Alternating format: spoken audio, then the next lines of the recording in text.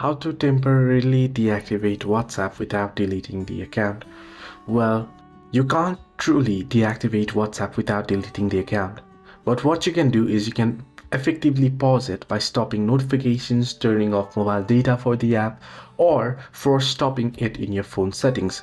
You can also simply uninstall the app, and that way you won't be on WhatsApp anymore. However, make sure to back up your chats, all the chats that you have.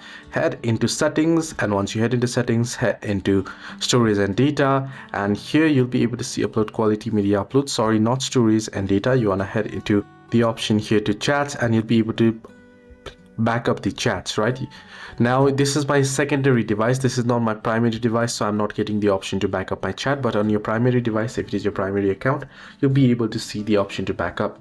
So this is my linked device. Then either ways, once you have backed it up, you can simply uninstall the WhatsApp, and later on when you want, you can reinstall it, and you can restore your backed up chats as well. Hope this video was helpful. To like and subscribe as well.